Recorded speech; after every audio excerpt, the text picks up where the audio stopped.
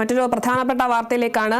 യുവതിക്കെതിരെ cyber അധിക്ഷേപം നടത്തിയെന്ന കേസിൽ രാഹുൽ ഈശ്വറിനെ കോടതിയിൽ ഹാജരാക്കി. കേസിൽ രാഹുൽ ഈശ്വറിന്റെ ജാമ്യാപേക്ഷ കോടതിയിൽ സമർപ്പിച്ചു. കേസിൽ നേരത്തെ രാഹുൽ ഈശ്വറിന്റെ വീട്ടിൽ നിന്നും പോലീസ് ലാപ്ടോപ്പ് പിടിച്ചെടുത്തിരുന്നു. രാഹുൽ ഈശ്വറുമായി നടത്തിയ തെളിവെടുപ്പിലാണ് പ്രധാന തൊണ്ടിയായ ലാപ്ടോപ്പ് കണ്ടെടുത്തത്. ഇന്നലെ വൈകിട്ടോടെയാണ് തിരുവനന്തപുരത്തെ വീട്ടിൽ നിന്നും ജാമ്യമില്ലാ വകുപ്പ് ചുമത്തി രാഹുൽ ഈശ്വറിനെ അറസ്റ്റ് ചെയ്തത്.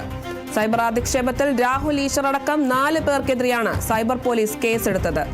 കോൺഗ്രസ് നേതാവ് സന്ദീപ് വാര്യർ, രഞ്ജിത പുളിക്കൻ, ദീപ ജോസഫ് എന്നിവരാണ് മറ്റു പ്രതികൾ.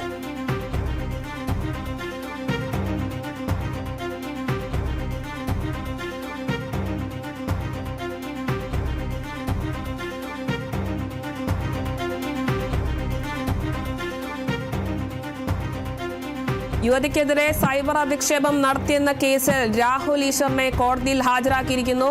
കേസിൽ രാഹുൽ ഈശ്വറിന്റെ ജാമ്യാപേക്ഷ കോടതിയിൽ സമർപ്പിച്ചിട്ടുണ്ട്. കേസിൽ നേരത്തെ രാഹുൽ ഈശ്വറിന്റെ വീട്ടിൽ നിന്നും പോലീസ് ലാപ്ടോപ്പ് പിടിച്ചെടുത്തിരുന്നു. രാഹുൽ ഈശ്വറുമായി നടത്തിയ തെളിവെടുപ്പിലാണ് പ്രധാന തൊണ്ടിയായ ലാപ്ടോപ്പ് കണ്ടെടുത്തത്. ഇന്നലെ വൈകിട്ടോടെയാണ് തിരുവനന്തപുരത്തെ വീട്ടിൽ നിന്നും ജാമ്യമില്ലാ വകുപ്പ് ചുമത്തി രാഹുൽ ഈശ്വറിനെ അറസ്റ്റ് ചെയ്തത്. സൈബർ അധിക്ഷേപത്തിൽ രാഹുൽ ഈശ്വർ അടക്കം 4 പേർക്കെതിരെയാണ് സൈബർ പോലീസ് കേസെടുത്തത്.